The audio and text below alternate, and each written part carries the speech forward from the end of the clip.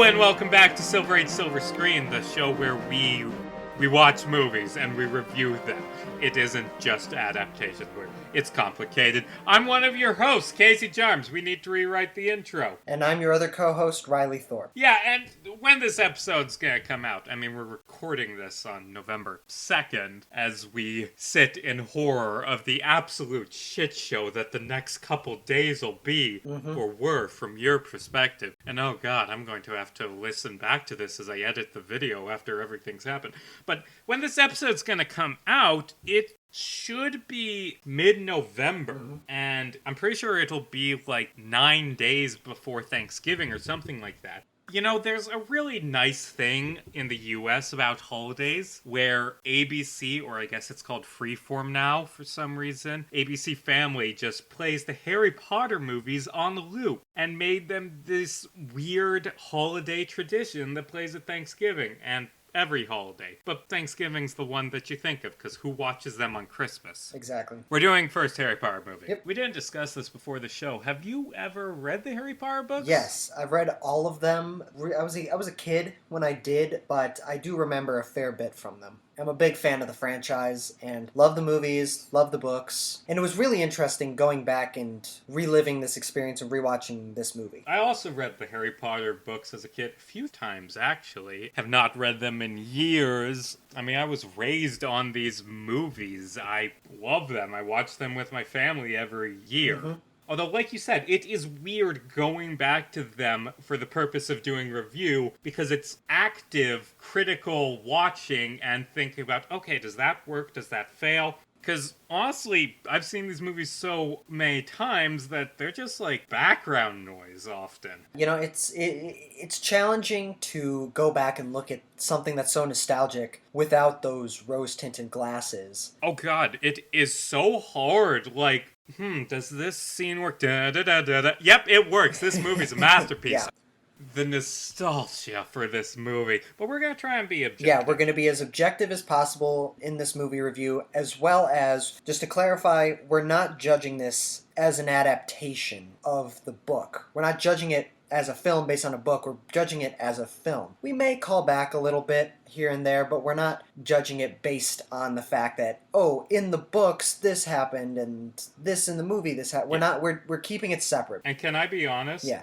The Harry Potter fan base has so many problems. Every fandom does. One of the more annoying things is just the other. Actually, this was slightly different in the book, and because of that, the movie is bad. Yeah. Harry Potter fan base is kind of annoying to the movies. Like, there are a few specific changes, none in this one, but, like, for instance, the mirror thing in the fifth one. But there are a few specific changes that I don't like, but the Harry Potter fan base can be annoying. When it comes to just hating the movies for not being 100% accurate adaptations, when honestly, I would argue that some of the more entertaining parts of the movies are in the 7th and 8th, when they actually try to be their own thing and not just direct adaptations, but that's way down the road. Right, exactly. If you don't like the movies, then guess what? Your John Williams score, that's gone. Your iconic production design, all that, that's all gone. So I don't know where I was going with this.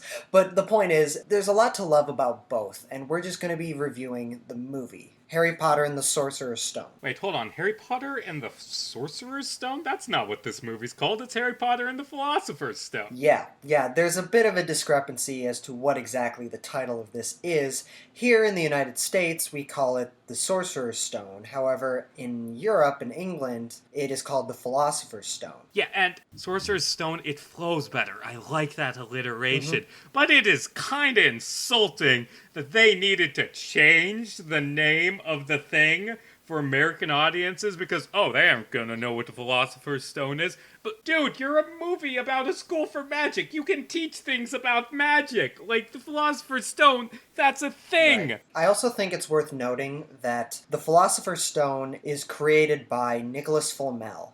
And Nicolas Flamel was actually a real French philosopher. He was a real man. And I think that they were under the impression that to American audiences, they wouldn't understand this real man in this fantasy film, and I don't know. They just figured people would confuse. Here's what I'm gonna say. Full Metal Alchemist, which honestly, better thing than Harry Potter in almost every way, but that's a story Okay. for another day. Full Metal Alchemist calls it a Philosopher's Stone, and I never questioned that because it explains, oh, this is what the Philosopher's Stone is. But we're getting off track. Let's get into the review. Although, one more thing before we get into it. J.K. Rowling is a giant asshole, Yeah. and there's a lot we can say about her personal life and her more recent works, but that's not what this review is. We're talking about the film directed by Chris Columbus, starring Daniel Radcliffe, Rupert Grint, Emma Watson, and Alan Rickman. We understand that there's been a lot of controversy surrounding J.K. Rowling. Yeah, she sucks, but she didn't make this movie. Chris Columbus did. Right, we're not here to comment on that. We're not here to comment on her books. We're not here to comment on any of that. We're just reviewing this movie as it is. Let's get into it. So the film opens up with the Warner Brothers logo, and immediately it kicks in the iconic John Williams score. The theme for this movie, right out the gate, is outstanding. It's iconic, it's mysterious, it's magical, it's fun. John Williams did a great job with this score. Yeah, he was nominated for an Oscar for it. Well deserved. The score is just so good, and it immediately brings us back to our childhood. And again, try to be objective, but oh god, that nostalgia when that da-da-na-na-na-na-na hits. Also, it's technically called Hedwig's theme, fun fact. Oh, cool. The film opens up on a dark street in England on Pivot Drive. A man dressed in a wizard's cloak and a long beard named Dumbledore, who we will get to know a lot more as the series progresses, he walks through the streets and he takes out all the light from the streetlights with this machine. As he walks down the street, he meets a cat, which transforms into one of his friends / co-workers, Professor McGonagall, played by Maggie Smith. And Dumbledore, by the way, is played by Richard Harris. Yeah. Incredible actor, father of Jared Harris, another iconic great actor. The two discuss how this man named Hagrid is going to be bringing a child to the street, and they're going to be leaving him on the doorstep of his only remaining family, his aunt and uncle. Hagrid shows up on a magical flying motorcycle carrying a little child under his arm. With a lightning bolt scar on his forehead. Now they leave him on his doorstep under the pretenses of he, as an infant, did something that no other human being or magical being could ever do, and that it is good for him to grow up away from the wizarding world, away from all the fame that he's going to get, and it's good for him to live the first 11 years of his life not knowing that magical world, not knowing what had happened to him, living with these quote-unquote muggles, these non-magical people. And they leave him on a doorstep with a letter, and cut to the title, Harry Potter and the Sorcerer's Stone. Well, first off, just opening scene does a great job setting up the, sort of mysterious, this is a movie about magic in the modern day and this different society of wizards. It's a really good intro scene. Yeah. And then immediately after that, cuts to when Harry is 10 with his horribly abusive life with his aunt and uncle. Oh yeah, absolutely. And his cousin. Oh god, yeah. Dudley's arguably the worst. Oh yeah, absolutely. I gotta say, it would be horrible in real life, but it's a really weird thing to phrase. But I love how horrible the Dursleys are to Harry. Yeah. It's just so cartoonishly over the top. Oh, and yeah. props to the actors. They do an amazing job making you despise them. Oh, yeah, Just absolutely. Dudley goes down, sees 30 presents, and says, last year there was 32! Or whatever the number was. That, ooh. Oh god, they're so horrible. That was one thing that struck me upon rewatching it. I was like, their hatred towards him is very cartoonish. But, that said, it does fit with the tone. They are very, very bad to him. I feel like the cartoonishness helps it from being completely horrible. Yeah. And I don't know about you, but I'm treating this movie a lot lighter than I probably will the other films in this series because it's lighthearted and made for kids. Right. Harry Potter hot take number 1, and these are not original hot takes. Dumbledore sure did leave Harry in an abusive household for 10 years. Oh yeah, absolutely. Oh, it's kind of horrible, but again, the cartoonishness and the sheer ridiculousness of it keep it from turning the audience off. And we can discuss maybe the implications of that. But for now, Harry's 10 years old. He lives in a cupboard under the stairs with his horrible, horrible non-magical family. Then one day on his cousin's birthday, they take a trip to the zoo where Harry magically makes the glass in front of a boa constrictor or a python, a giant snake. The glass disappears because of his doing. The snake escapes, says thank you to him, and slithers off. And also Dudley gets trapped in the snake pit, which is good. He had it coming. Pretty soon after that, Harry starts receiving letters sent by owls. He doesn't know what these letters are, though his aunt and uncle seem to know exactly what they are, and they're keeping it from him. And eventually they receive so many letters that they decide to move far away to a lighthouse in the middle of nowhere so they won't be found. And on his 11th birthday, Harry's lying on the ground in the dirt, wishing himself a happy birthday, and then suddenly there's a giant bang at the door. And Hagrid, this giant, hairy man from the beginning, walks in. And also, side note, you know what's a really weird thing about this movie that I never noticed? What? The scene, it's a really classic, really sad scene of Harry lying on the ground all alone and drawing a birthday cake for himself in the dust. And, like, Dudley's watch, like, beep, beep, beep, it, like, goes off at midnight and, oh, it's officially Harry's birthday and he's all alone. Yeah. Why the hell did Dudley have a watch set for midnight? And why didn't it wake him? I don't know. That's such a weird thing.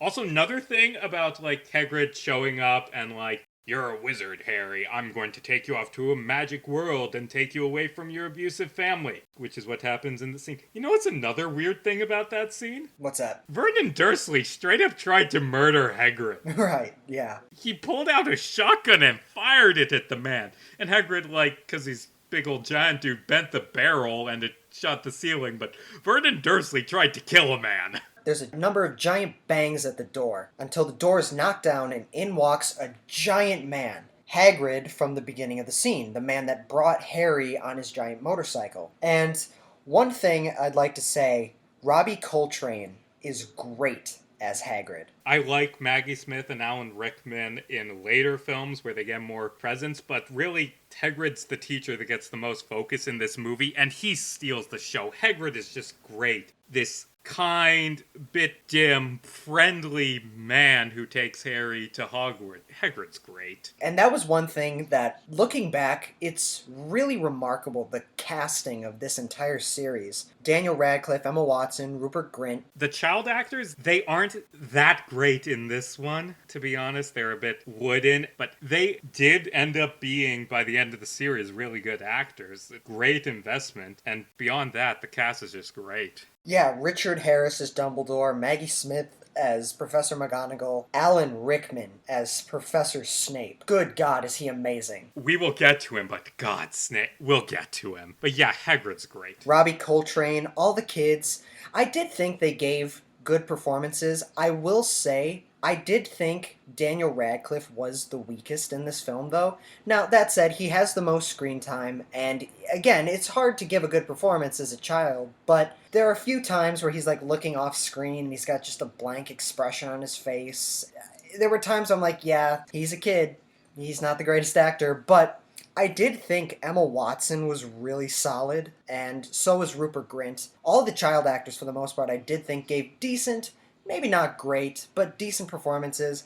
I did think Daniel Radcliffe was the weakest. That said, no disrespect to the man whatsoever. As the series progressed, they all got so much better. They did. And you know who I think is probably the best child actor in this? Who? Tom Felton is just great because, oh god, like the Dursleys, a thing the Harry Potter series is good at is just making you hate people. And Malfoy, oh boy, we'll get to him. So anyway, Hagrid bursts through the door. He tells the Dursleys to screw off and tells Harry the iconic line, "You're a wizard, Harry," and teaches him about this magical world, that how he's a wizard, the son of these incredibly famous wizards that passed away because of some unknown reason, at least unknown at the time, and he gives Dudley a pigtail, legitimately a pig tail on his butt.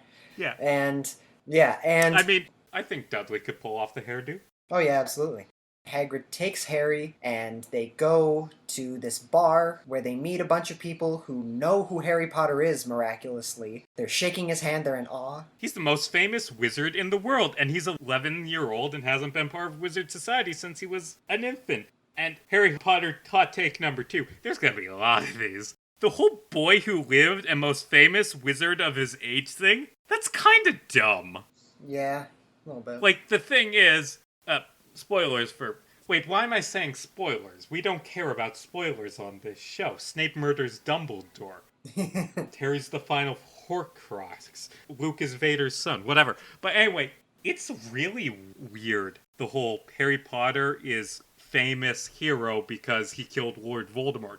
I don't think that would happen in real life. If a serial killer broke into a family's home and killed the parents, and then when people came in, they just saw his body lying in front of the infant, they wouldn't think that the infant killed him and is now a hero. No, but you gotta keep in mind, this is a movie intended for children and families, so you gotta give a little leniency here and there. In the bar, Harry meets Professor Quirrell, this man, very shy, stuttering man who's going to be one of his professors in this next year. And he shakes his hand. Quirrell won't because we assume he's shy, and that's the end of that. Right after that, Hagrid takes Harry to the back of the bar where there's a giant brick wall. He pulls out his wand/umbrella, taps a few bricks, and the brick walls move to reveal a street corner called Diagon Alley. And it's just filled with all these wizards and these shops selling like cauldrons and broomsticks and owls.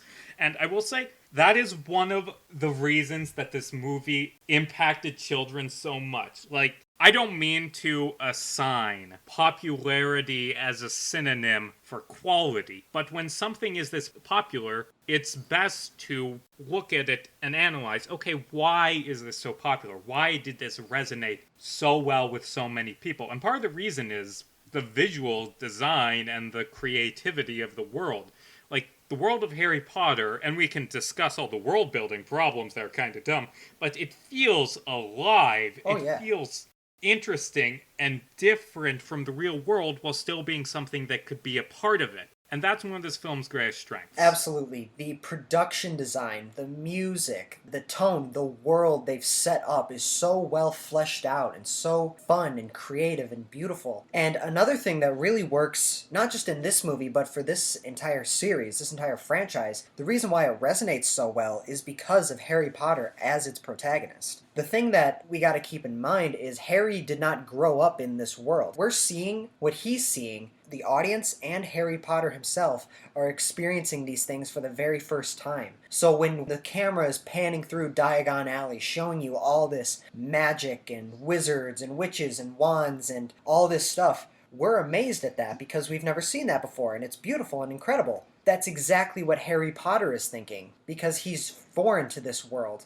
just like us. So the reason why he's so relatable is because he's just like us, and he's having those exact same feelings that we are, and he's displaying those on camera. That's why he is such a relatable character. That's why this franchise is so resonant with people. Harry Potter is, by definition, a very good, arguably great protagonist, especially when it comes to relatability. So anyway, in Diagon Alley, Hagrid takes Harry around, going to various places, getting his things to be a wizard. They stop at a bank, which is run by inhuman, hook-nosed, greedy people. Just gonna gloss over that. Goblins. Look, they're goblins. Harry goes to a wand shop and gets this magic wand. And there's this great scene of just like the light shining on him and wind blowing as his wand chooses him.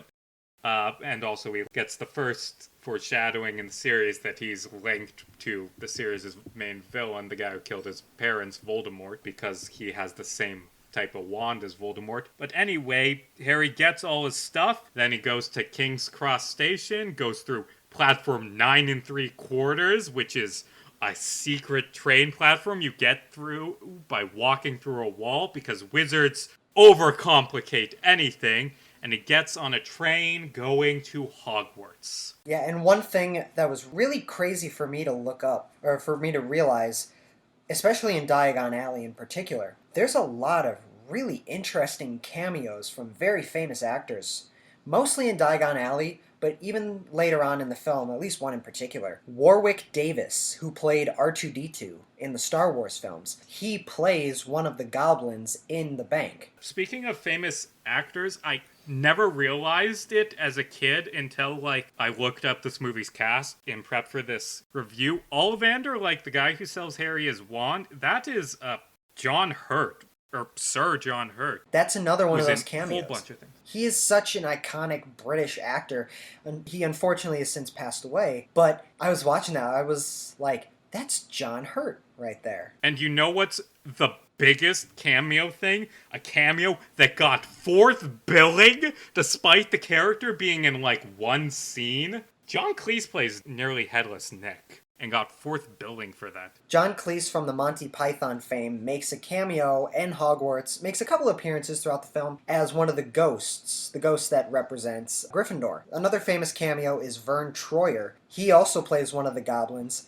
He played Mini-Me in the Austin Powers movies. It's at the bank that Harry gets all of his money that his parents left him, and it's also at that same bank that Hagrid picks up a mysterious package that he can't tell Harry about. All he tells him is for Professor Dumbledore. I will say, this film does have very, very on-the-nose foreshadowing and exposition, and I do think that's probably the biggest flaw of this movie is it doesn't always feel like it's its own movie. It feels like it's the setup movie for the rest of the franchise, you know? And just there's a lot of exposition, a lot of talking, a lot of foreshadowing, a lot of stuff that's like, don't worry, this is all going to pay off later on. And it does, but still, you do got to focus on making this one movie the best you possibly can. I mean, if we can learn anything from Fan Four Stick, that's what we can learn. And honestly, it isn't just that it has a lot of setup for other movies. The setup for the later movies in the series is actually kind of subtle. This film, and really Harry Potter films in general, each one is kind of presented as a mystery that Harry, Ron, and Hermione are figuring out. They're trying to figure out what's going on at Hogwarts and what's with the Sorcerer's Stone and the break-in. And as a kid, it felt like a really good mystery, and piecing it all together, looking back on it, it's a very, very obvious mystery. Right. Because every single clue that you get is just part of it. It's like you get piece of it, piece of it, piece of it, and you're very obviously told this is important. Like, here's a mysterious package. Is it important? Who knows? That is probably the biggest flaw of this movie, at least in my opinion. Yeah, it's very on the nose at points. But anyway, Harry gets all his wizard stuff, goes on a train to take him to Hogwarts, because this film is very inconsistent on how medieval wizard society is, but that's fine. It's part of its charm. And on this train, he meets up with the film's other two protagonists, who will be his sidekicks for the rest of his life. Ron Weasley, who's this really nice, really loyal, a bit mischievous young guy from a big family who's kind of got a chip on his shoulder because all of his big brothers are amazing. And also Hermione Granger, who is a nerd! She's such a nerd. But no, Hermione's great. And like, the brains of the operation. Hey, another Harry Potter hot take real quick. I have a whole list of these, by the way. And okay. I'm gonna try and not get all my hot takes out, because I have so many for the series. Like, we aren't even getting into the fact that wizards have slaves in later movies, but yeah, the candy in the Harry Potter universe sucks. Yeah. Like, there's a scene where Harry buys a bunch of wizard candy, and all of it is awful. There's, chocolate frogs, which are living alive. Frogs made out of... Yeah, I don't want to eat that. I don't want a frog jumping around my throat. And but the thing you gotta keep in mind is that it's not the chocolate frog you want. It's the card inside, Casey. It's the card inside that matters. Okay, then explain the jelly beans to me. Explain why they have every flavored jelly bean. And I mean, I know that kind of exists in real life with the, ooh, is this going to be black licorice or cherry? But no, it's every flavor. We're explicitly shown that there are vomit and earwax flavored jelly beans. Who would eat those? Like, ooh, bag of jelly beans. That was abortion flavored. I think I'm gonna go die now. Yeah, funny thing about that candy is a number of years ago, my family took a trip to Universal Studios and we went to the Harry Potter world. It was a lot of fun, had a great time. There is that candy store, I forget the name of it, but they actually have a candy store with that name, and my family went there and we got a huge bag of candy. They got a bunch of like dispensers and stuff, and at one point, one of them we filled up. We had a lot of this one candy called Crybabies, and they are like little hard candies that when you bite into, they're really, really sour. My entire family hated those Crybabies, except for me, which means I had an entire bag. We filled it up with a lot. Like, those Crybabies were like a third, maybe even half the bag. I had half a bag of Harry Potter candy to myself, and I fucking ate that shit all day. It was so good. But that's just a little personal tangent, so continue. Train arrives at Hogwarts, and we see this massive, imposing wizard castle, and they walk into the Great Hall, which has floating candles and a magic ceiling that shows the night sky. Harry meets Draco Malfoy. He's like a school bully, and he is just the worst. Props to Tom Felton. Oh, yeah, absolutely. And anyway, the students find out that they are sorted into houses based on... They don't actually say what they're based on in this movie, I realize, which is surprising. Yeah. But there's Gryffindor for the brave and loyal ones, Hufflepuff for the hard-working and friendly ones, Ravenclaw for the smart and curious ones, and Slytherin for the Nazis. Yeah, that's the other thing, too. Why the hell would you have an entire section of your students at a school where their purpose is they're going to go evil? Why is that a thing? I mean... In theory, they're the... And this is one of the bigger problems with Harry Potter series. In theory, Slytherins are cunning and ambitious. Right. And honestly, I don't think those traits are necessarily evil. No, not at all. But every Slytherin in the series is evil. Even ones who aren't cunning and ambitious, like Crabbe and Goyle, which is strange. Yeah. And don't... Oh, but what about characters like R.A.B. who... No... Characters who join up with the wizard Nazis and then quit the wizard Nazis don't count as good guys. The only good example is maybe Slughorn, but yes. He's a cowardly asshole. And in The Cursed Child, which finally gives good Slytherins, but also it's the Cursed Child.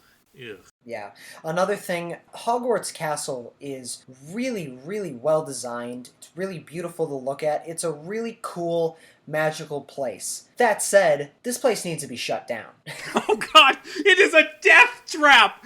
The stairs literally move on their own. Why? And will take kids to dangerous corridors with giant death traps and...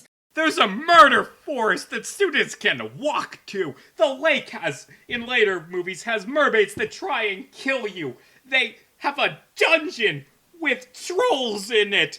There's another dungeon with a basilisk. I don't get why in the fourth book everyone's so upset about Cedric dying and they have this big funeral. Considering how Hogwarts is run, they must have like 16 students die every year. Oh, yeah, absolutely. Hogwarts would be shut down. Oh, God, and we haven't even talked about the death trap that is Quidditch. Oh, my God. Later. Keep on track. Later. They go through the sorting ceremony. Ron and Hermione are sorted into Gryffindor, which is the good house. Mm-hmm. And Harry is almost sorted into Slytherin, but he whispers, "Not Slytherin, don't make me in the evil house," and he gets put in Gryffindor, which isn't super important for this one, but it ended up becoming a really important thing later in the series, and that's a good setup. Yeah, that really worked. But anyway, now Harry's at Hogwarts. The film becomes less...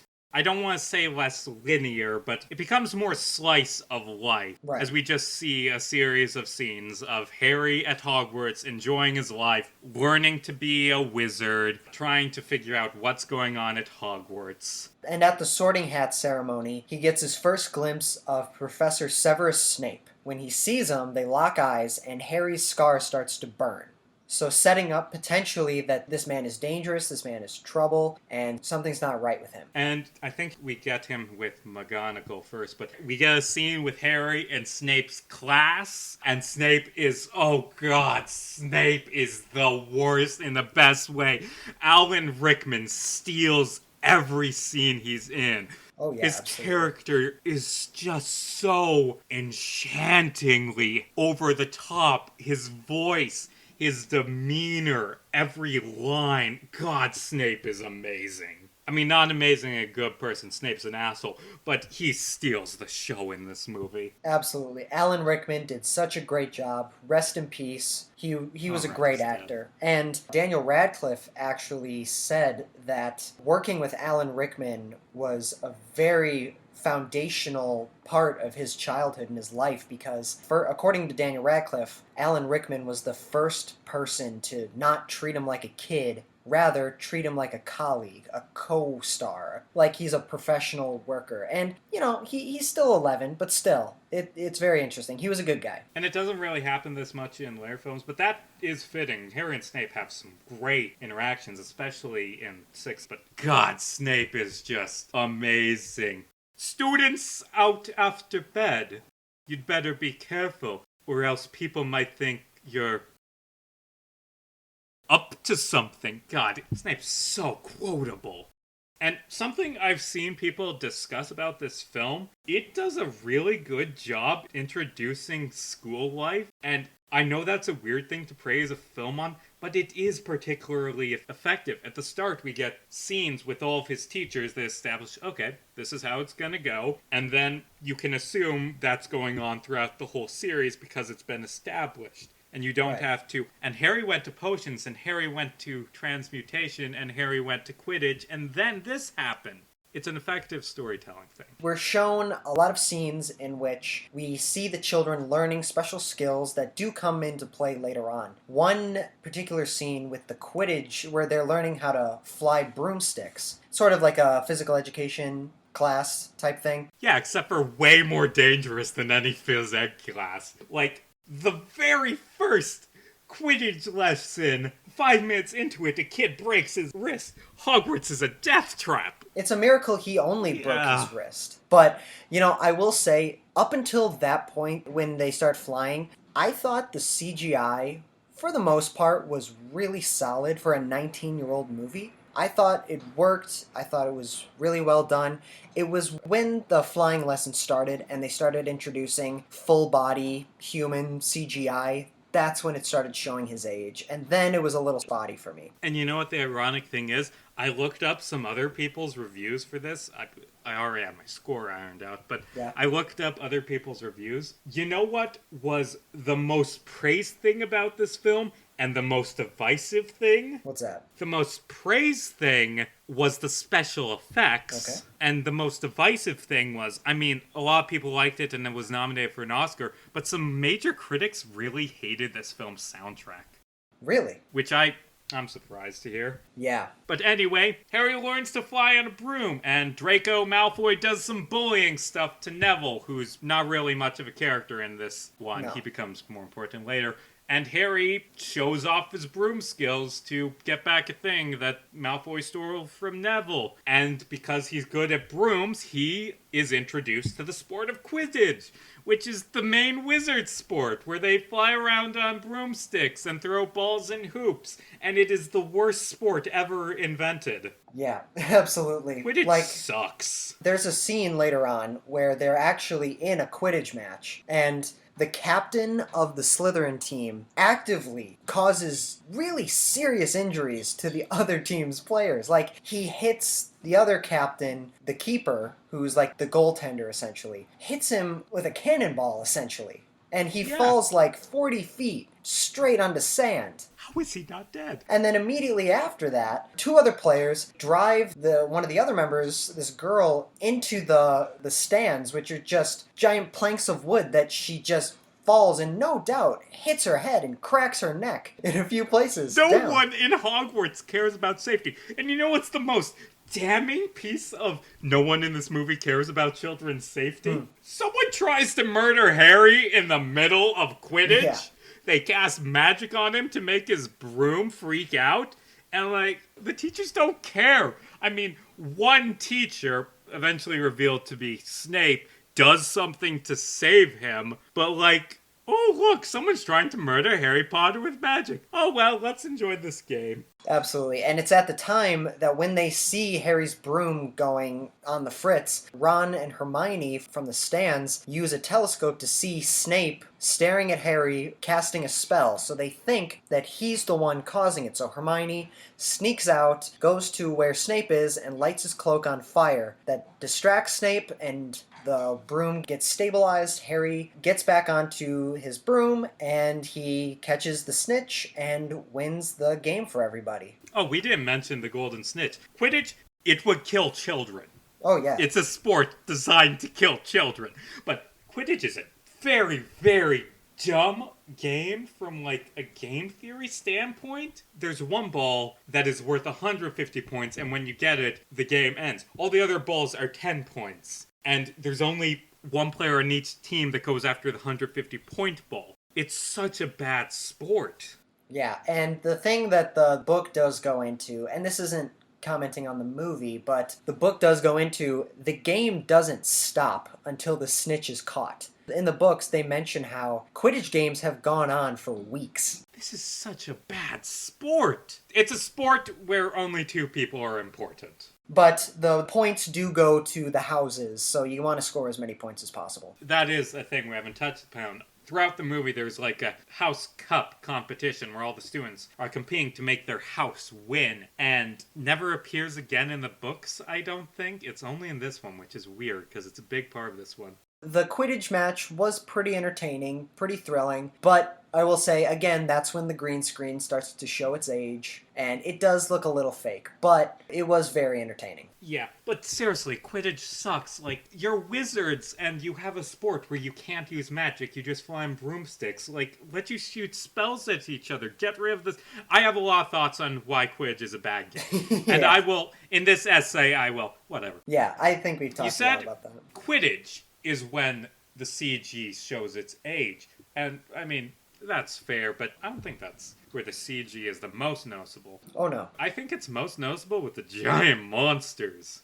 Yes. Which Hogwarts just has. Yeah, pretty soon after the Quidditch match, Harry and Ron are eating dinner, and Hermione is off crying in the bathroom because Ron said something that upset her. And at that point, Professor Quill runs into the dining hall screaming about there's a troll loose in the school. No. Riley, what the hell, man? It's the meme line. You gotta say it right. It's troll in the dungeon! I thought you ought to know. And he passes out. Dumbledore orders the heads of the houses, the prefects, as they're called, to take the kids back to their dorms where the teachers will go and take care of it. But Ron and Harry realize that Hermione doesn't know, so they have to go rescue her. But just before they get there, conveniently, the troll has got out of the dungeon and walks into the girls' bathroom, where a crying 11-year-old girl is lying there waiting without knowing what's about to happen. They fight the troll and take it out with the limited magic they have. They, like, levitate its club and drop it on its head. And another reason why Hogwarts would have so many deaths, all the students, or at the very least the students the movie focus on, they really don't care about their own personal safety. Like, oh no, not at all. Just tell a teacher, man! Conveniently, the teachers arrive right after the troll is defeated. And we may be getting some events out of order. Like we said, the film becomes less organized in the middle. And that's not a bad thing, but there are a lot of things that happen. Because it has to span an entire school year. It spans holidays, different classes, all that. Also, around the same time, they find that there's a Cerberus just behind a door on the 3rd floor, guarding a trap door. Again, death trap. Dumbledore specifically told every single student, do not go on the left side on the 3rd floor corridor. He said, do not go there. Everybody would be going there. Like, woo, what's behind that door? A giant 3-headed dog was there. That's what. His name is Fluffy. Yeah, and he also, another one of his warnings is, any student who goes into the Forbidden Forest will reach certain death. Yeah. What the fuck? Oh, God. The Forbidden Forest isn't even fenced off. It's just there. No. And later, they send students in it for detention. Yeah. But anyway, more things that happen at Christmas. Harry gets a cloak of invisibility from a mysterious person. Did they ever say in this movie that Dumbledore sent it? Yeah, I think it's implied. I think it's implied. It's implied, but they never outright No, state it in they this do one. say it in the But book. Dumbledore is the one that gave it to him. yeah, I know. He gets a cloak of invisibility as he's investigating around the school. He finds a magic mirror that shows you your heart's greatest desire, and for Harry, it's him with his parents, and it's a really sad scene. One thing I'm going to say again, right before that, the reason why the invisibility cloak comes in handy is because they decide they need to learn more about the Sorcerer's Stone, which Hagrid tells them about. By accident, because he's not smart. Right. Should not have said that. Should not have said Again, Robbie Coltrane kills it. Oh, I should not have said that. I shouldn't have told you that. Yeah, he tells them about that, and they can't find any information about it, and Hermione recommends that they check in the restricted section, which is restricted. The students can't go there. So at night, after hours, Harry takes the Cloak of Invisibility, goes into the library, and walks into the restricted section. Now, the restricted section is not magically locked off at all, whatsoever. That's another thing. It's like, I get that the school would have a section of the library like, you cannot read these books. I get that. But wouldn't you lock it up with magic that only Dumbledore can get through? Yeah, they go to it multiple times through the series, and we see there is some bad shit there. Yeah. There's books on how to steal someone's identity, books on death magic. Why aren't these locked up? And all you have to do is twist the knob, open the door, and walk inside. Even Fluffy, the Cerberus, the three-headed dog, you had to unlock it with the spell. Again, Hermione was 11. If the extent of your security is a spell that a first-year student can get through, you got some shitty security there, my guy. I get that Hermione is, like, unusually smart and would know that, but still. And, I mean, later Harry Potter installments justify it with, oh, but Hogwarts is magically guarded, so only approved people can enter. Right. Fair enough, but still, why would... From then on, Harry, after he makes some noise in the restricted section, one of the groundskeepers, Mr. Filch, who's played by, I don't remember his name, he's played by the guy who played... played the first Doctor in... Or, he didn't. He played the first Doctor, the character. He wasn't the first Doctor. He played Walder Frey in Game of Thrones. And Walder Frey is... I don't know... you haven't seen the show, Casey, but Walder Frey is one of the most hated villains. For good reason. He's responsible for the Red Wedding. But still, he does a great job, and after Harry makes some noise, Filch walks into the library, and trying to escape him, Harry finds his way into this room he's never seen before, and finds a magic mirror that shows your heart's greatest desire, which is his family. And again, very sweet, very heartbreaking. Very sad. Very sad. One thing I will say I did notice, later on he brings Ron into that exact same room, and there's a shot where they take off the cloak. After that, they run to the mirror. If you look closely in the background where they're running from, there's a green sheet lying on the ground. Missed something. You missed... Guys, you missed something in editing. That's how they did it. It's a very interestingly simple way of how they did that special effect. They literally just gave Harry a green sheet, and that made him invisible. And it's a green screen, essentially. And Dumbledore finds him staring at that mirror and talks with him and tells him not to go looking for this mirror ever again because it's going to be moved and it's going to be in a dangerous place. Foreshadowing! And also, it will ruin your life. Oh, yeah. Because just staring into your heart's desire. Dumbledore's greatest desire is a nice pair of socks. Totally. Yeah. Not anything else. But anyway, after Christmas, find out Hagrid has a new baby dragon. It gets taken away because Malfoy's a narc. Yeah. They get detention in the Murder Woods, where Harry sees a monster shadow man eating a unicorn and gets saved by a centaur. Mm-hmm. And Harry finds out that, oh, by the way, at Hogwarts, there's this thing in the woods killing all the unicorns to try and heal itself because it's half dead. Also, Harry... that's Voldemort, the man who murdered your parents. Don't you love this wizarding world, Harry? Where the guy who murdered your parents is just hanging out in the woods killing things? Yeah. Oh, this is such a great escapist fantasy. Why are you crying, Harry? Yeah. I will say, though, one more thing. Hagrid's dog, Fang, such a cute dog. Oh Oh my yeah, god. he's a cute doggy. And Hagrid's other doggy, Fluffy, such a cute doggy. Cute doggies in this Oh movie. yeah, Fang is a Neapolitan Mastiff. I used to have an English Mastiff, so I got a soft spot for Mastiffs. What have I had? I've had labs mostly. Yeah, still good dogs. Very good dogs. All dogs are good, Yeah. including three-headed monster dogs. But anyway, I'm pretty sure we've said most of what happens. Harry, Ron, and Hermione figure out what's going on, that the Philosopher's Stone is being stored in the school's basement, and Voldemort is there trying to steal it. Or maybe Snape's trying to steal it for him because Snape's an asshole. Yes. But whatever. And they decide, well, let's just steal the stone first. And they go to break into the third floor murder pit to get the stone. Neville, the minor character, tries to stop them, and they take him out. They go through this dungeon that... Side note, I do D&D in my spare time. I'm a dungeon master. I gotta run some players through the Harry Potter dungeon and see if they notice, because it's a pretty good D&D dungeon. They have to complete certain trials in order to get to the Sorcerer's Stone. In each one is symbolic of one of the teachers, or at least the different subjects of the school. The first one is magical creatures, which is Cerberus, the three-headed dog, Fluffy. They've got herbology with murder plants that are weak to sunlight and fire. They have charms with flying keys you gotta grab. They have a giant chessboard, which I guess McGonagall made, that Ron sacrifices himself on because he's loyal.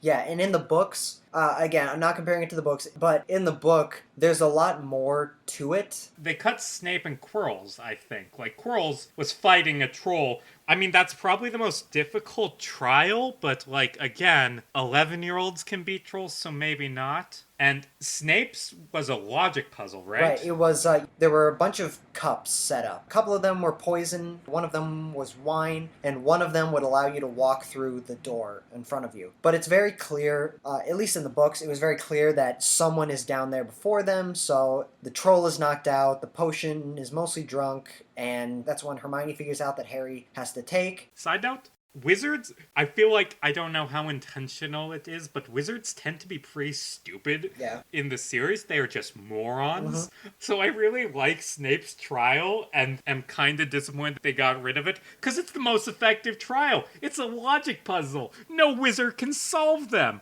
And of course, Snape could come up with that, and that's foreshadowing that he's a half-blood, because he learned it from his non-wizard parts. But anyway, got through the dungeon. In Dungeon Boss Room, Harry finds the villain, who was totally well foreshadowed throughout this whole film, Professor Quirrell. You know, that guy who was like in 2 scenes, and you know him? Yeah, he's the bad guy. Yeah, and that was another thing. It's, again, pretty on-the-nose foreshadowing. Whenever something bad is happening that they attribute to Snape, if you look slightly off camera or slightly to the side, Professor Quirrell was always there. Like when Harry's at the sorting ceremony and his scar starts burning, he's staring at Snape. But if you look right next to Snape, you have Quirrell turning his head to Harry. So again, that was Quirrell the whole time. I don't think it's good foreshadowing, to be honest. No, I not think it at all. kind of comes out of nowhere, and also Quirrell's kind of a nothing villain in this. Quirrell isn't really that well established, but he doesn't have to, because Quirrell is actually he has a Voldemort on his head. He takes off his turban to reveal Lord Voldemort, his face living on the backside of his head. It was Quirrell that tried to kill Harry at the Quidditch match, because again, if you look in the back, Quirrell is also staring at Harry, performing spells. Quirrell was the one drinking the unicorn's blood in the forest, and yep, here he is, that nothing villain that miraculously has the Adolf Hitler of wizards on the back of his head this entire time. And you know, honestly, we've been describing Voldemort as Wizard Hitler and Death Eaters as Wizard Nazis. You know what's something I noticed in this? That doesn't exist in the first one. It was introduced in the second one. Voldemort's just described as being an evil dude. They mention he has a few followers, but that's the extent of it. That's weird that they don't get into his motives and stuff, although maybe it was best saved for the second where it was relevant. Also, another thing I noticed related to that, they say that Harry's really good at Quidditch because it's in his blood, and thinking back, that kind of goes against some of the themes of the series Harry's a little bit. Just saying. I wanted to ask you, do you feel like Voldemort was a little shoehorned into the end of this movie? Or what's your opinion on that? Yeah. Because I feel like, having read the books, seen the movies, been such a fan of this franchise my entire life, like, I have vivid memories. I was, like, 6, I think, when I saw this movie. And as a kid, a long time ago, and I was just, like, blown away by it. Absolutely. But at the same time, it's like, looking back on it now, I'm like, oh, this guy you've heard so much evil stuff about, now he's a CGI head on the back of a bald dude. Yeah, it's weird. Also, another weird thing about Voldemort in this, he is not played by Ralph Fiennes like he is in the 4th movie onward. He is, well, he's a CG character who is voiced by Ian Hart, who's the guy who plays Quirrell as Squirrel. I thought it was a little, like, out of left field that, like, oh, yeah, you know, this horrible guy you've heard so much about? Yeah, he's the one he's just here now, and he's always been around, and I thought it was a little out of left field. I'd say the antagonist is the biggest downfall of this film in both parts of Quirrell and Voldemort. They don't get fully fleshed out enough. And the series has an on and off problem with that. It eventually gets good at villains, but yeah, it has a few clunkers early on. And I will say about them doing the trials and getting through the dungeons to get to the Sorcerer's Stone, I do think it does do a pretty good job, although a little on the nose job, of setting up how these kids are able to do that. Like, Hermione, she knows a lot about magic. She can figure out that Devil's Snare, you have to relax, and they don't like sunlight. So she's smart and she would know that. Harry's really good at flying a broom, so he would be very, very good at finding that key and doing that trial. Ron, it's established he's really good at playing wizard's chess. In one scene, you see him playing chess, so he does chess. Right. Although I said, very on the nose, but Ron's still. trial, it's kind of weird that his skill is being good at chess when Harry's is flying and Hermione's is being smart. But I do think if you reframe it as Ron succeeds his trial because he sacrifices himself and he's selfish, I think it works better. Ron gets hurt and Hermione decides to stay with him, and Harry is the one has to go to find the Sorcerer's Stone and confront Professor Snape, whom they assume was Professor Snape, which, side note about that, they legit accuse Professor Snape of war crimes here. And yeah, they're just supposed to be like, and there's okay, very whatever. little. I mean, he was casting a spell during Quidditch game. Well, actually, he was trying to do just enchantment. When do they first start suspecting Snape? I think it's before even the Quidditch game. It's when his leg gets messed up at Halloween. They're like, I bet that he's trying to steal the Sorcerer's Stone and got mauled by Fluffy. Okay, how'd you figure that out? Because no, that's not true. Also, it kind of gets the view that they think Snape is evil and trying to kill everyone just because he's a dick to them. Like, the school is a death trap. You see, he probably could have gotten that scratch anywhere and everywhere. It does later on say that he did get it from Fluffy because he stopped Quirrell, but still, the staircases move on their own. He probably got that scratch just walking down the hallway, just something magically, like, just cut his leg, just because that's what would happen in this goddamn school. But still, in the books, another death trap thing that's in the books, and obviously this is the movie. In the books, the school is haunted by a poltergeist who destroys shit. Again, this school is horrible. So Harry alone gets to the final test, which is the mirror that shows you what you want. Quirrell is looking at the mirror. He knows what he wants. He wants the stone, but he can't get it. But he forces Harry to look in the mirror, to which Harry wishes that his greatest desire is to get the stone. And what later Dumbledore does tell him is that the reason why it went to him and not Quirrell is because the stone would only go to someone who wanted the stone but didn't want to use it. And that's why Harry got it. And I will say, the trials are stupidly easy. Good on Dumbledore for making something that completely shut down Voldemort that he physically could not beat. Oh yeah, absolutely. Although, now that I think about it, what were Harry, Hermione, and Ron even gonna do?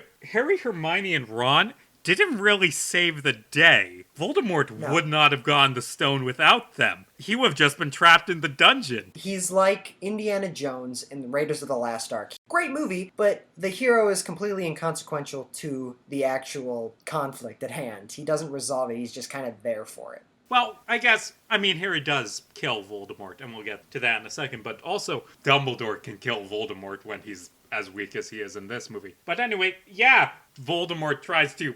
Well, he has Quirrell do it because Voldemort's just a head, but he has Quirrell try and kill Harry, and Quirrell turns to dust. And it's revealed that the reason that Dumbledore didn't kill Harry when he was a child is because love is a powerful thing, a powerful magical thing, and when Harry's mother sacrificed herself to save him, it put a magic spell on Harry that made him basically Voldemort poison, and Voldemort can't touch him without turning to dust. But I will say, the books and the later movies do sort of give a better reason as to why that's a thing. You know, they go into how it was a combination of the love, but also the fact that Voldemort's soul was about to shatter as is. It's a bit out of left field, the Harry's Voldemort poison because of mother's love thing. It kind of comes out of nowhere, and that's a knock against this film. But, I mean, they set up in this one, so they are able to use it without problem in later ones, which...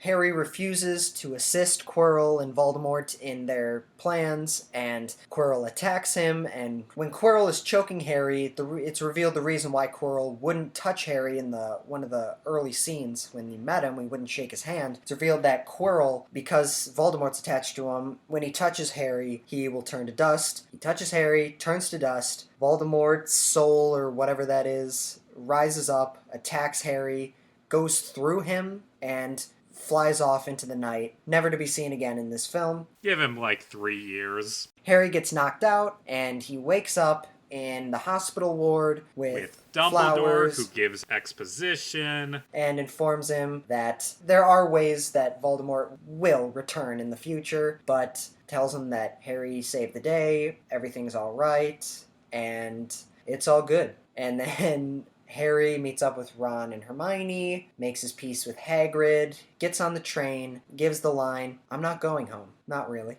Gets on the train rides away, and the camera pans up, the train goes away, Hagrid walks back to Hogwarts, which is in the distance, the iconic theme kicks in, and it's happily ever after. Until the next movie. And also, you forgot the infamous part. You forgot how they resolved the house points with Gryffindor being so far behind. With Dumbledore how could I forget that? Last minute. How could I forget that? People talk about it all the time. Dumbledore last minute gives Harry and co a bunch of points for their adventures. And I'm going to rant for a minute. I don't have a problem with that scene. Because they're being graded on how good they are at wizards. And Harry, Ron, and Hermione just did a bunch of really good at wizard stuff. So yeah, they got better grades on that. Maybe Dumbledore was being melodramatic with the doing it at the last possible moment. But it isn't, as people portray, him pulling stuff out of his ass to make Gryffindor win. Harry earned that win, damn it. He fought Voldemort, god damn it. Well, he deserved 60 points. Fought is generous. Yeah, but he deserved those 60 points, goddammit. He survived Voldemort, goddammit. But, and you know something? Neville got points for just being an all-around good guy. Good on you, Neville. Good on you. And Gryffindor won the House Cup. So that's the movie. Mm-hmm. Overall thoughts on it, Riley? I thought, from a technical perspective, except for some of the CGI and the green screen, I thought it's a very well-made movie. The production design, the music, the cinematography, the practical effects. We didn't talk about that. There's a lot of really cool practical effects and honestly, in this. This film has CG. I think part of the reason it's aged so well is that it knew CG at the time wasn't so good, and it uses practical effects as much as possible. Like, for instance, the Great Hall is a real massive set that they build and use for all the movies, but it's enhanced with, like, the CG night sky, you know? They only CGI'd the stuff they had to, like the troll. Daniel Radcliffe hitting the ground so hard he should have died. The full-person body doubles where they're flying in the air. The centaur that's in the movie in the Forbidden Forest that rescues Harry from Voldemort drinking the blood. They really only CGI'd the stuff they had to, but there's a lot of really cool special effects, and that's what aged well. So from a technical perspective, save for some spotty CGI that hasn't aged well. From a technical perspective, this movie is incredibly well made. From a story perspective, the setup is very interesting, sets up a really good world, sets up a lot of really great, likable characters. The second act does meander a bit. There's a few, like you said, a bit of slice of life. Just kind of shows you some information that you know is going to be relevant throughout the story. There's a lot of exposition, a lot of on-the-nose foreshadowing. But overall, my biggest issue was it doesn't totally always feel like they're just making the best movie they can now. There's a lot of times where it feels like they are just setting up for the next movie, which is understandable. You got 7 more movies to make, but still, you gotta focus on the movie you can. But that said, I do think for the most part they did succeed. One thing that did strike me, however, right when I started watching this, and I actually looked into the rest of them, this is a lot longer movie than I thought it was going to be. Oh god, and it's from what I remember, 2.5 hours. Yeah, all the Harry Potter movies are. They're all 2.5 hours. Yeah, and I was just like, God damn. And then granted, they're really big books, and I will say, I'm not comparing it to, we've said that a lot. Oh, I'm not comparing it to the books. But I just think it's funny. But in terms of, and I know I said I wasn't going to compare it as an adaptation. I'm not comparing it. I'm just saying it did adapt the book remarkably well, down to the smallest details. This one and the second one, Chamber of Secrets, there are really minute details that are in the books that are here, like in the sorting ceremony, when there's some characters' names who are mentioned, like, oh, you come in and you get sorted, and it's like, they're just nothing characters, they're background characters that you're never going to see again. Those are the exact names of characters that are mentioned in the books. Like, when McGonagall says for this girl to come up, that's the name she used in the book. Point of what I'm saying is, save for a couple minute details and one chapter in particular that cut out some details. Yeah, the first cut chapter. out one chapter. The first chapter in the book is actually really weird. It's just all from Vernon Dursley's perspective of, there's a lot of like birds and weird people around my house, and it's like before Harry's even dropped off. I'm glad they start with the Dumbledore. Yeah, they shortened that scene up. The only full chapter in the book that they got rid of for the movie, I'm glad they got rid of. It was like Malfoy at one point challenges Harry to a wizarding duel at midnight. Oh god, I forgot about that. Yeah, and they go there, but Malfoy's not there, and Filch walks in. So it kind of just serves the purpose of setting up the fact that Malfoy is out for Harry and Hermione and Ron. He's trying to get them in trouble, and you didn't really need to do that. When he actually got him in trouble at Hagrid's hut, that's really all you needed. Which, another thing I'd like to mention, love Hagrid. As I've said multiple times, Robbie Coltrane did such a great job. Yeah, this is the Hagrid heaviest movie, and absolutely, he's good in it. Hagrid probably should have gotten punished for this. I'm just saying. He's housing kids after hours in his hut, introducing them to dragons. I mean, they took away his baby. They took away his baby dragon. Isn't that punishment enough, man? True. Yeah, that's true. But still, I don't know, I just think it's funny. Like, Hagrid does a lot of stuff that he shouldn't. He's letting them know information that he shouldn't. It's after hours, and he's letting them into his hut and talking with them, and it's, I don't know, I just thought it was funny. I'm glad he didn't get quote-unquote punished, except for getting Norbert taken away, but I don't know, I just thought it was interesting. I'm like, Hagrid probably should have had some consequences coming from this, but he didn't, but whatever. Another thing that this movie I thought was a little strange, the Sorcerer's Stone, the title of this film, isn't even mentioned by name until 98 minutes in. Oh yeah. Also, interesting thing, because of the title change, they re-filmed every scene where they say Philosopher's Stone so that there's a version where they say Sorcerer's Stone, and that's so weird. I mean, gotta make it for different audiences, I guess. Another thing I'd like to mention is this and another film franchise were revolutionary to this particular genre of cinema. Harry Potter and The Lord of the Rings. Both of the first films in those series came out 2001, and they revolutionized the fantasy genre in mainstream cinema. Because up to that point, there were sci-fi movies, there was action movies, there was coming-of-age stories, there was all that, but fantasy was just sort of hokey, cheesy, campy, just B-movies, you know? It was a combination of Harry Potter, The Sorcerer's Stone, and Lord of the Rings, The Fellowship of the Ring, in 2001 that invigorated people's love of fantasy also reinvigorated Hollywood's interest in adapting fantasy stories. So that, I think that's something that needs to be taken into consideration. Just the sheer impact this story had on not just people, but on cinema as well. My thoughts on this film, I'm reminded of the trope changeling fantasy, which this film is an example of. It's an often mocked story cliche of discovering you're part of another world and it's fantastic and interesting and you go off in it and leave your life behind. And it is cliche and it is overdone and has problems with it, which the series analyzes a bit more in later installments, although not as fully. But anyway, yes, it's cliche, but it's so popular for a reason. It's a very good story framework for children's media. This movie creates a fantasy world that the audience can believe that is wonderful and dares them to imagine it. And I think that is why this movie is so impactful and is its greatest strength. There are some good performances, some bad. The effects were good for their time but haven't aged as well. The story has some good moments, but also some really dumb stuff we can mock. But overall, I think as a whole, this film succeeds because it's a fantasy. And I don't just mean because it has magic and stuff. It creates a world to dream about. And for a children's movie, that is very powerful and very entertaining. And I love this movie as a kid, and that's why I think it's a success. It is a great children's movie. And it's a movie that kids can enjoy to this day. A lot of people enjoy this. Adults enjoy this. Yeah, although as we mentioned earlier, a lot of adults who enjoy Harry Potter kind of cringed, not gonna lie. Yeah.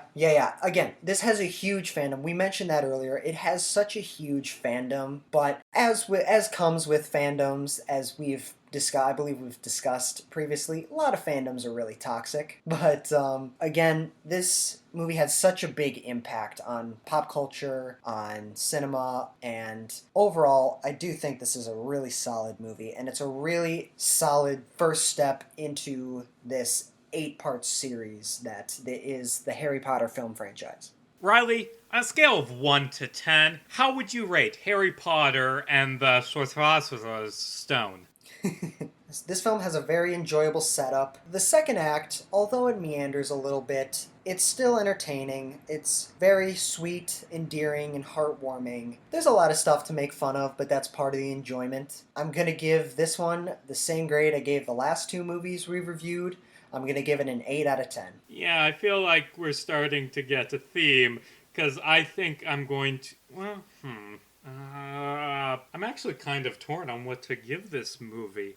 I think I'm going to be lenient because it's a kid's movie. I'm going to give it an 8.5. Okay. Repeat from last week's scores. Yeah. I don't think we'll have a repeat next week, but who knows? I was about to mention that, actually. I was going to allude to it, but we'll get into it later. So yeah, Harry Potter and the whatever's the whatever. Riley, where can they find you? You can all find me on TikTok, Instagram, at Riley James Thorpe. You can find me on YouTube at Riley Thorpe, where I have my most recent short film, Pizza Face, still on there. It's a horror slasher comedy about a serial killer with really bad acne. And so it'd be much appreciated if you could check that out. Also, check out The First Mag Train Out of Cleveland and Other Short Stories, available on Amazon. It's a collection of sci-fi short stories I wrote. You can find me on Twitter at JARMESCASEY, Jarmes Casey. Next week, we are not doing a discussion because we're changing our schedule up. We'll talk about more next week. But next week, we are going to be watching Ricki-O, The Story of Ricky, which is perhaps the best martial arts movie I've ever seen. It's a Hong Kong adaptation of a manga from the 90s. And trust me, we're not going to be repeating scores this time. Oh god, that film is utter insanity, and I love it. But anyway, as always, I'm Casey Jarmes. And I am Riley Thorpe. We'll be back next week, assuming we don't get eaten by Fluffy. And hey, it's just a movie. Don't lose your head to it, especially not to a ladder.